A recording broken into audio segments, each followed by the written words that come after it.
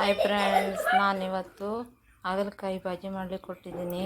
Sugar ಪೇಷಂಟಿಗಂತೂ ತುಂಬಾ ಚೆನ್ನಾಗಿರುತ್ತೆ. Sugar ಮಟ್ಟ ಯಾರಿಗೆ ಜಾಸ್ತಿ ಉಂಟು ಅವರು ವಾರಕ್ಕೊಮ್ಮೆ ಈ ಹಾಗಲಕಾಯಿ ಭಾಜಿ ತಿನ್ನೋದ್ರಿಂದ ಶುಗರ್ ಮಟ್ಟವನ್ನು ಕಡಿಮೆ ಮಾಡ್ಕೊಳ್ಬೋದು. ನೀವು ನಾನು ಹೇಳಿದ ರೀತಿಯಲ್ಲೇ ಒಮ್ಮೆ ಮಾಡಿ ನೋಡಿ. ನಾವಿವಾಗ ಬಾಣಲೆ ಇಟ್ಕೊಂಡಿದ್ದೀನಿ. ಅದಕ್ಕೆ ಈ ಹಾಗಲಕಾಯಿಗೆ ನಾನು ಉಪ್ಪನ್ನು ಹಾಕಿ ಕಲಿಸ್ಕೊಂಡಿದ್ದೀನಿ. ಇವಾಗ ಬಂಡಿಗೆ ಹಾಕ್ತಾ ಇದ್ದೀನಿ, ನಾನು ನೋಡ್ತಾ ಇರಿ.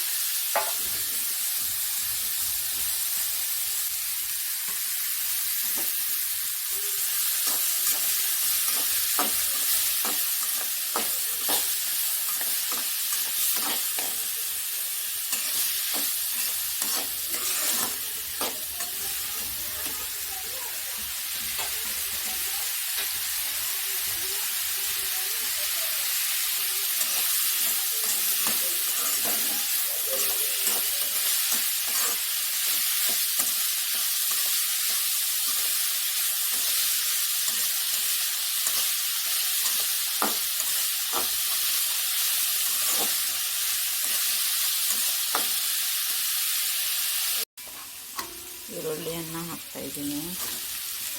ಈರುಳ್ಳಿನ ಇದ್ರ ಜೊತೆ ಫ್ರೈ ಮಾಡ್ತೀನಿ ನಾನು.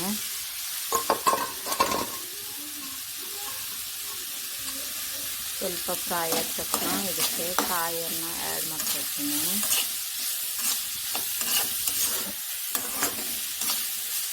ಇವಾಗ ಹಾಗಲಕಾಯಿ ಬೇಯ್ತಾ ಉಂಟು, ಉಪ್ಪು ಹಾಕಿದ್ನೆಲ್ಲ ಅದಕ್ಕೆ ಬೇಯ್ತಾ ಉಂಟು. ಇವಾಗ ಇದ್ರ ಜೊತೆ ಈರುಳ್ಳಿಯನ್ನು ಆ್ಯಡ್ ಮಾಡ್ಕೊಂಡಿದ್ದೀನಿ.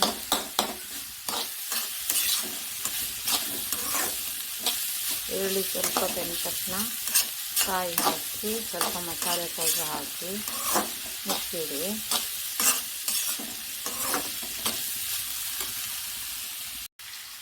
ಮನೆಯಲ್ಲಿ ರೆಡಿ ಮಾಡಿಟ್ಟಿರುವಂಥ ಮಸಾಲೆ ಪೌಡ್ರು ಇದು. ಈ ಮಸಾಲೆ ಪೌಡ್ರನ್ನು ನಾನು 2 ಸ್ಪೂನ್ ಹಾಕೋತೀನಿ. 2 ಸ್ಪೂನ್ ಮಸಾಲೆ ಪೌಡ್ರನ್ನು ಹಾಕ್ಕೊಂಡಿದ್ದೀನಿ. ಇದು ಮನೆಯಲ್ಲೇ ರೆಡಿ ಮಾಡಿಟ್ಟಿರುವಂಥ ಮಸಾಲೆ ಪೌಡರ್.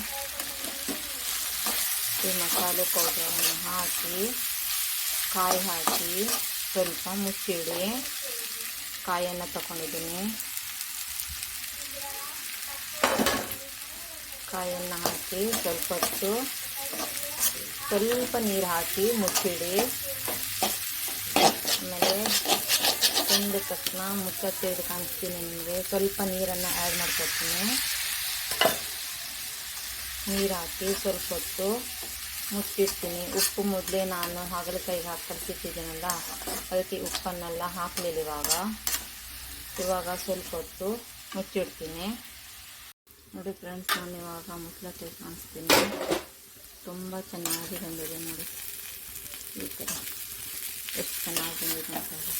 ಇವಾಗ ನಾನು ಇದು ಚಪಾತಿ ಜೊತೆ ಸರ್ವ್ ಮಾಡ್ತೀನಿ.